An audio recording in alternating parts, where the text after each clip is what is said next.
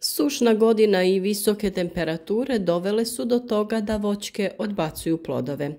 Ipak nije to glavni razlog. Ako bolje pogledamo opale plodove, možemo primijetiti da je većina takvih plodova oštećena napadom štetnika. Skoro svi opali plodovi u sebi imaju larvu jabučnog savijača, koji u nekim godinama radi velike štete i smanjuje urod. U pojedinim godinama prinosi mogu biti smanjeni za 30 ili 50%, a nekada štete na plodovima mogu biti veće i od 80%. No ipak nije sve izgubljeno. Čak i ovakve jabuke mogu se iskoristiti i preraditi.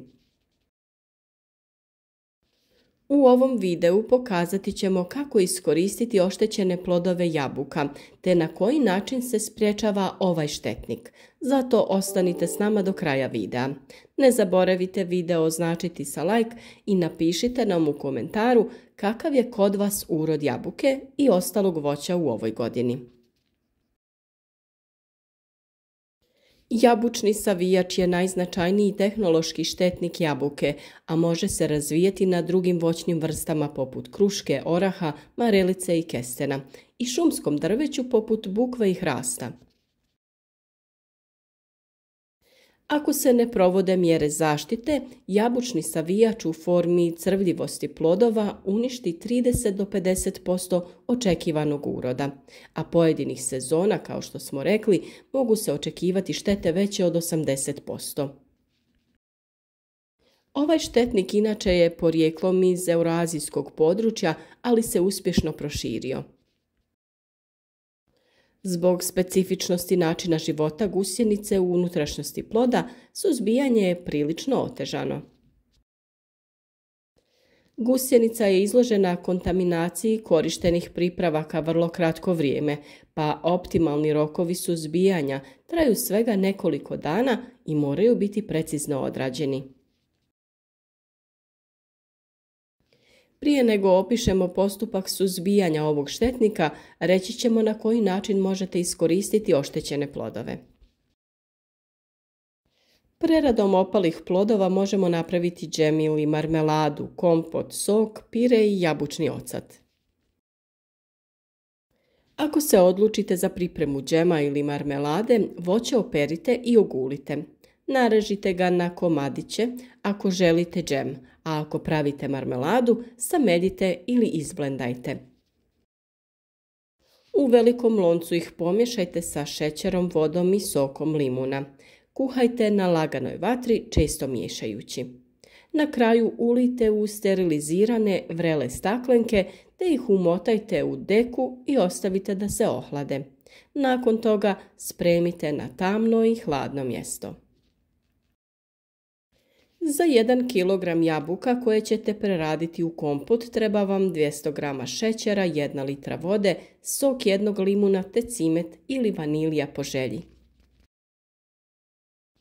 Jabuke operite, ogulite i narežite na željene komade.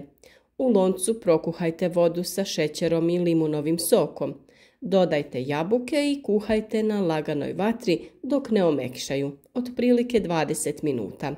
Na kraju dodajte cimet ili vaniliju po želji. Ulijte u tegle i spremite na tamno i hladno mjesto. Kada je u pitanju sok, njega možete raditi pomoću sokovnika ili potražite u blizini ljude koji se bave preradom voća. Na linijama za proizvodnju soka od voća jabuke se peru i melju na posebnu mašinu, da bi se iz njih moglo iscijediti što više soka. Nakon toga samljevene jabuke se prešaju, pri čemu se sok odvaja od ostatka jabuke. Sok se zagrijava i toči u sterilizirane staklene flaše. Ovakav sok skladištimo u tamnu i hladnu prostoriju. Sok od jabuke dobiven na ovaj način pun je vitamina i odličan je za imunitet, detoksikaciju, snižava holesterol, sprečava napad astme kao i probavne smetnje. O ljekovitosti soka od jabuke pričati ćemo u jednom od narednih videa, pa ostanite s nama. Budući da su kiselije od zrelih, ove jabuke mogu biti dobre i za izradu octa. Uz jabuke vam je potrebna voda i malo šećera. Prvo što je bitno da ih operete, te narežete zajedno sa korom i sjemenkama i stavite u veliku teglu. Prelijte ih vodom tako da ih potpuno prekrije. Dodajte 1 kaškicu šećera po litri vode kako bi potaknuli fermentaciju. Staklenku pokrijte gazom ili kuhinskom krpom i zavežite gumicom. Ostavite na sobnoj temperaturi oko mjesec dana. Bez obzira na široku namjenu u preradi, većina uzgajivača jabuke prvenstveno ima cilj dobiti što kvalitetnije i neoštećene plodove. Takvi plodovi mogu se skladištiti i konzumirati duži period za razliku od onih oštećenih. Zbog toga je poželjno spriječiti najezdu štetnika koji oštećuju plodove. Prisutnost jabučnog savijača se prati pomoću feromona na način da se pomoću feromonskih mamaca privlače mužjaci ovog štetnika. Na taj način im se smanjuje populacija, ali i prati kada je pravi trenutak za tretman nekim od insekticida. Bilo da se radi o ekološkim ili nekim drugim preparatima, tretman je potrebno uraditi kada je vrhunac dinamike leta ovog štetnika. Period kada to treba raditi je jako kratak, a najčešće se radi o samo nekoliko dana. Zbog toga je potrebno pratiti prisutnost ovog leptira u proljeće. Naime, gusjenica prezimi ispod kore debla. Početkom proljeća se preobrazi u kukuljice. Iz kukuljica se pojave mali leptiri. Najviše leptira ima krajem 4. i početkom 5. mjeseca. Oni lete samo navečer i to po obodu krošnje.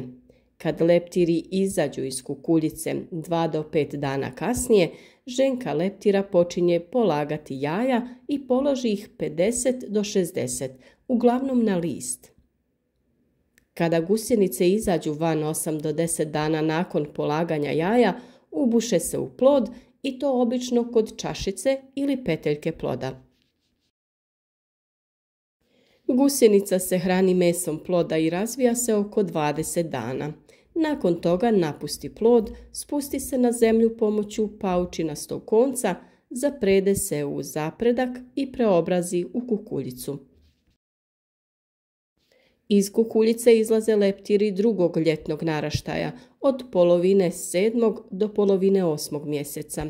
Oni odlažu jaja na već razvijen plod i tada nanesu najveće štete, jer su mnogobrojnije od ostalih generacija.